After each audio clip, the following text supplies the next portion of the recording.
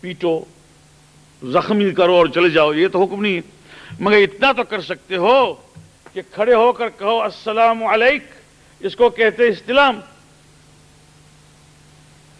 اور یہی حکم ہے کہ جب بھی ایک شوط کیا، پہنچی حجر اسود کے پاس، ہاتھ اونچا کرو، السلام علیکم، اللہ اکبر، پھر آگے بڑھو، پھر ایک سے شوط، جب پہنچو پھر واپس پہنچو، کہو السلام علیکم، اللہ اکبر۔ کس کو سلام کر رہے ہیں بھائی؟ پتھر ہے۔ حضرت عمر نے یہی تو کہا تھا، اس کو پتا نہیں تھا کہ امام علی پیچھے کھڑے ہیں، اس نے حجر اسود کو دیکھ کے کہا کہ تو پتھر ہے اور کیا ہے؟ تو معلوم ہو کہ یہ بات جو وہابیوں کی آج ہے یہ بہت پرانی ہے۔ مولا علی پیچھے کھڑے تھے، کہا اے عمر تو کیا بکواس کرتا ہے؟ یہ پتھر نہیں، یہ ملک ہے، یہ قیامت کے دن گواہی دے گا کہ کس منافق نے چوما اور کس مومن نے چوما۔ تو اس کو پتھر سمجھتا ہے، تو ظاہر آج بھی وہ پتھر ہے، مگر جب وہاں پہنچتے ہیں تو آپ سلام کرتے ہیں، پوری دنیا اسلام سلام کرتی ہے، اور اللہ اکبر کہہ کے وہاں سے گزرتے ہیں، اور کوئی چیز نہیں۔ صفا اور مروہ پتھر کے دو پہاڑ ہیں، اللہ فرماتا ہے کہ اس کے درمیان میں صفا اور مروہ میں سعی کرو، کہ یہ حج کے ارکان میں سے ہے۔ ارے یہ سب باتیں اپنی جگہ پر۔ اس زمانے میں یہ ہوتا تھا کہ لوگ جب حج کے لیے آتے تھے تو اپنی دمبیاں، یعنی شیپ، بکرے شیپ جو قربانی کے تھے، وہ ساتھ میں لے کر آتے تھے۔ آج کی طرح نہیں ہے کہ ہم وہاں جائیں گے خریدیں گے، وہاں بیچنے والے بیچتے ہیں، نہیں، لوگ اپنے ساتھ دمبیاں اپنی لے کر آتے تھے، کوئی 100 لے کر آیا، کوئی 50 لے کر آیا، کوئی 40 لے کر آیا، اپنے قافلے والوں کے لیے قربانی کرے گا، اپنی فیملی کے لیے قربانی کرے گا۔ اور جو مومن ہوتے تھے وہ باقاعدہ ان جانوروں کو اتنا کھلا کر تنومند کرتے تھے کہ تاکہ اللہ کی راہ میں جو دمبیاں اور قربانی دیں وہ صحیح تندرست ہو، کسی غریب کو گوشت ملنا ہے تو پورا ملے، ہاں۔ اور ایک قلادہ اس کو باندھتے تھے، قلادہ وہ پٹی خاص قسم کی ہوتی تھی جس سے آئیڈینٹیفائی کرتے تھے کہ یہ قربانی کا جانور ہے، اس کو کہتے تھے قلادہ، اس کو لے کر آتے تھے۔ اور اللہ قرآن میں فرماتا ہے کہ وہ قلادہ والبدن، وہ قلادہ جس جانور کے ہاں ہو وہ بھی شعائر اللہ میں سے ہے، اللہ کی نشانیوں میں سے۔ اور ابھی کو کیا بتائیں، یہ ساری باتیں اپنی جگہ پر ہونے کے باوجود وہ کہتے ہیں کہ نہیں، سوا ان کے کہیں نہ جائیے۔ اب میں ایک پوچھتا ہوں، کہاں جاؤ گے؟ آئے مسجد میں بیٹھیے، بات کیجیے ڈائریکٹ۔ کہ نہیں وہ تو نہیں ہو سکتا، نماز پڑھنا پڑے گی۔ میں نے کہا نماز کیا ہے؟ کیونکہ قرآن میں جو یہ آیت ہے وَابْتَغُوا إِلَيْهِ الْوَسِيلَةَ، اللہ تک پہنچنے کے لیے ایک وسیلہ اختیار کرو۔ اس کی تفسیر میں ان لوگوں نے لکھا ہے کہ اس سے مراد نماز ہے، اس سے مراد قرآن ہے۔ میں نے کہا جو بھی مراد لو، بہرحال درمیان میں کچھ نہ کچھ ہے۔ یہ نہیں کہہ سکتے کہ میں پہنچ جاؤں گا، یا تو نماز کے وسیلے پہنچو گے یا قرآن کے وسیلے پہنچو گے، تو ایک وسیلہ درمیان میں ہے۔ اب ہم کہتے ہیں کہ اللہ نے قرآن میں فرمایا ہے کہ تم دیکھو، دوسری آیت ہے، جو قریب تر وسیلہ ہو اس کو اختیار کرو۔ تو ہم نے وہ کون سا گناہ کیا ہے؟ تم کیسے جاتے ہو خدا کے پاس ڈائریکٹ؟ ہم کو بتاؤ تو صحیح، کوئی راستہ نہیں۔ دو باتیں میرے دوست، میرے جوانوں، یاد رکھو کہ ہم لوگ بھی اعتراض کرتے ہیں کبھی کبھی، مگر نہیں جانتے ہیں کہ کیا کرتے ہیں، بس شک کرتے ہیں۔ وہاں سے لاش نکلی، یہاں پہنچی، اب پوچھتے ہیں کہ یہ مولا صاحب یہ لاش کو نکالنے کی ضرورت ہے، یہ علم کیا ضروری ہے، یہ کیا؟ میں نے کہا کہ دیکھو، جو ایجوکیشن سسٹم امپروو ہوتی گئی دنیا میں،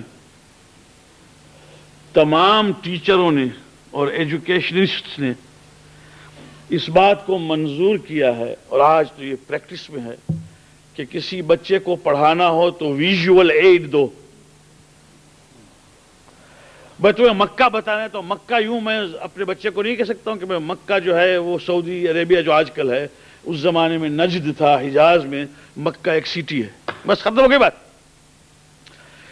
ایجوکیشنلسٹ کہتے ہیں کہ نہیں، ایک میپ رکھو دنیا کا، اس میں عربیہ دکھائیے کہ یہ ہے عرب پیننسولا. سعودی عرب تو اب ہوا، پہلے سعودی نہیں تھا، اور اس میں دکھاؤ کہ مکہ معظمہ کہاں ہے جی.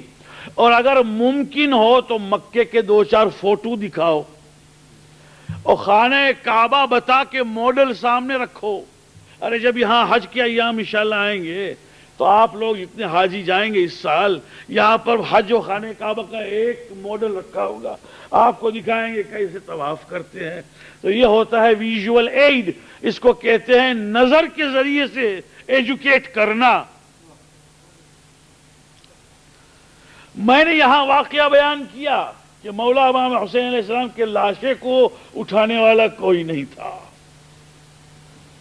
آپ نے آنسو بہائے، وہاں سے لاش نکلی، اور اس لاش نے سمجھایا کہ اگر یہ موقع ہوتا کربلا میں تو یوں حسین کا لاشا ہم نکالتے. ختم ہو گئی بات. ایک ویژول ایڈ ہے، اس میں کیا بات ہے؟ کس نے اس کی پرستش کی ہے؟ کوئی آتا ہے کہتا ہے ہندو پوجا کرتے ہیں، ہم ہندو نہیں ہیں، ہم تعظیم کرتے ہیں، شاعر اللہ ہے، وہاں سے وہ حسین تک پہنچاتا ہے اور حسین سے وہ اللہ تک پہنچاتا ہے. یہ مطلب ہے. آپ سمجھ رہے ہیں، جو چیز کی ہے وہ اس واسطے کی ہے، ورنہ کوئی ضرورت نہیں تھی. ورنہ ہم ان چیزوں کے خلاف ہم بھی ہیں جو ہاں صرف ڈرامہ ہوتا ہے. ہمیں ڈرامہ نہیں کرتے ہیں، ہم صرف ایک شاعر اللہ کی چیز پیش کرتے ہیں، یوں، وہ بھی مختصر. دیکھ لیجئے کہ یوں ہوتا، وہ علی اصغر کے جھولے کے اوپر تیر کا نشان. انسان کو ایک مرتبہ خیال آ جائے کہ یوں ہوا تھا. کبھی کبھی بلاغت اسی کو کہتے ہیں کہ مختصر سی چیز میں پورے مطلب کو ادا کرنا. ایک جھولا دکھائی دے، اس میں ایک تیر پیوست ہو، بس وہ پورا قصہ علی اصغر کی شہادت کا آپ کے ذہن میں خود بخود آ جاتا ہے، کہنے کی ضرورت. آپ سمجھتے ہیں؟ تو پرستش کہاں ہوتی ہے؟ 2 باتیں یاد رکھیے. اگر 2 باتیں میرے اور آپ کے ذہن میں کسی کے لیے آ جائے تو پھر وہ مشرک ہے. ایک عبادت جس میں رکوع بھی ہے اور سجدہ بھی ہے. کسی کے سامنے رکوع تک جھکنا جائز نہیں ہے، کوئی بھی، مجتہد عالم ہو، امام ہو، نبی ہو. رکوع تک جھکنا حرام ہے اور سجدہ ان کے سامنے کرنا جائز نہیں ہے، اس لیے کہ یہ عبادت ہے، عبادت صرف اللہ ہی کے لیے. یہاں تک کہ کربلا کے حرم میں، نجف اشرف کے حرم میں، ہر جگہ آیت اللہ سیستانی کے رسالے میں بھی لکھا ہوا ہے کہ وہاں پر سجدہ اس لیے کرنا کہ ہم تعظیم ذریح کرتے ہیں یا تعظیم امام حسین کرتے ہیں، حرام ہے. ہاں، کوئی وہاں پر سجدہ کرے کہ شکر ہے خدا کا کہ تو نے مجھے یہاں پہنچایا، وہ بات اور ہے، جائز نہیں. تو اگر عبادت ہے کہ میں تیرا بندہ ہوں، یہ علم کا بندہ ہوں، ذوالجناح کا بندہ ہوں، لاشے کا بندہ ہوں، تابوت، تو یہ پھر حرام ہو گیا. ممبر کا بندہ، مگر ممبر کے سامنے آ کے صرف اس لیے میں نے ممبر کا احترام کیا کہ یہ وہ جگہ ہے کہ جہاں پر کہتے ہیں کہ رسول اللہ بیٹھتے تھے، ممبر نبی ہے، لہذا یہاں پر بغیر وضو کے نہیں بیٹھوں گا. حالانکہ بغیر وضو کے بیٹھنا حرام بھی نہیں ہے، مگر احتراماً نہیں بیٹھوں گا. کیوں؟ کہ جگہ ایسی ہے کہ جہاں پر ایک زمانے میں حضرت بیٹھتے تھے. یہ وہی تو نہیں ہے، یہ اس کی شکل. ایک یہ کہ کسی کو رب نہ کہو، اور ایک یہ کسی کو معبود نہ کہو. رب نہیں ہے ہمارا سوائے خدا کے، رب سے مراد کہ تمہاری میری پوری ضروریات کو پوری کرنے والا، رازق، خالق، مالک، زندگی دینے والا، موت پہنچانے والا سوا خدا کی کوئی نہیں ہے، ایک، اور یہ سر جھکے گا نہیں کسی کے سامنے عبودیت میں، یہ دو چیزیں نہ ہوں۔ فتاوائے قاضی خان ایک کتاب ہے، بہت جلدوں میں، اس میں لکھا کہ ایک شخص آیا پیغمبر اکرم صلی اللہ علیہ وآلہ وسلم اور اس نے کہا یا رسول اللہ میں نے خواب دیکھا۔ آپ نے فرمایا کیا دیکھا؟ کہا میں نے دیکھا کہ حور العین کی پیشانی کو چومتا ہوں اور جنت کی، بہت اچھا خواب ہے، حور العین کی پیشانی کو چومتا ہوں اور جنت کی چوکھٹ کو چوم رہا ہوں، بتائیے کیا حال ہوگا؟ آپ نے فرمایا اچھا خواب دیکھا، جا تیری ماں اور تیرے باپ دونوں کی پیشانی کو چوم لے، باپ کے ہاتھوں کو چوم لے، ماں کی پیشانی کو چوم لے، گویا تو نے حور العین کی پیشانی کو چوما اور باپ کی ہاتھ چومنے سے گویا جنت کی چوکھٹ۔ اس نے رو پڑا، اس نے کہا یا رسول اللہ دونوں مر گئے ہیں، بابا بھی چلے گئے ہیں دنیا سے، ماں بھی چلی گئی۔ آپ نے فرمایا کوئی بات نہیں، جا قبرستان میں ان کی قبروں کو چوم لے۔ یہ سنی کتاب ہے، شیعہ نہیں ہے، ملا قاضی خان، فتاوی ملا قاضی۔ وہ پھر رو پڑا، اس نے کہا یا رسول اللہ وہ زمانہ قبر کا نشان نہیں ہے،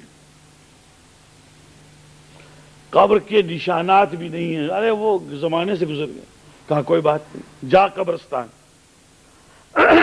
اپنی انگلی سے دو نشان کر، نیت کر کے یہ ماں کی قبر ہے، نیت کر کے یہ بابا کی قبر ہے، اور پھر ان نشانیوں کو چوم لے۔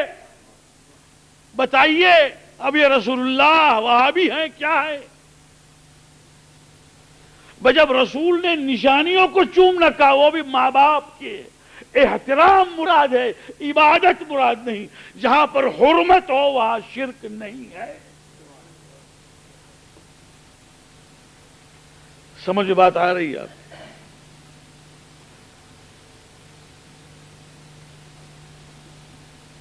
سن 1216، بہت زیادہ باتیں ہو سکتی ہیں اس لیے کہ تاریخ ہے یہ، اور چونکہ تاریخ ہے لہذا دل چاہتا ہے کہ دل کھول کے بیان کریں، مگر وقت بھی محدود ہے۔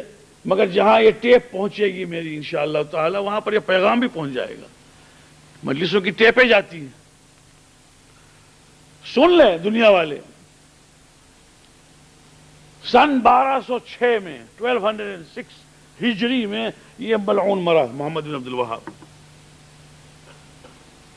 ہجری کی بات کرتا ہوں، اور 1216 میں 1216 میں ان لوگوں نے پہلا حملہ کیا کربلا معلی پر،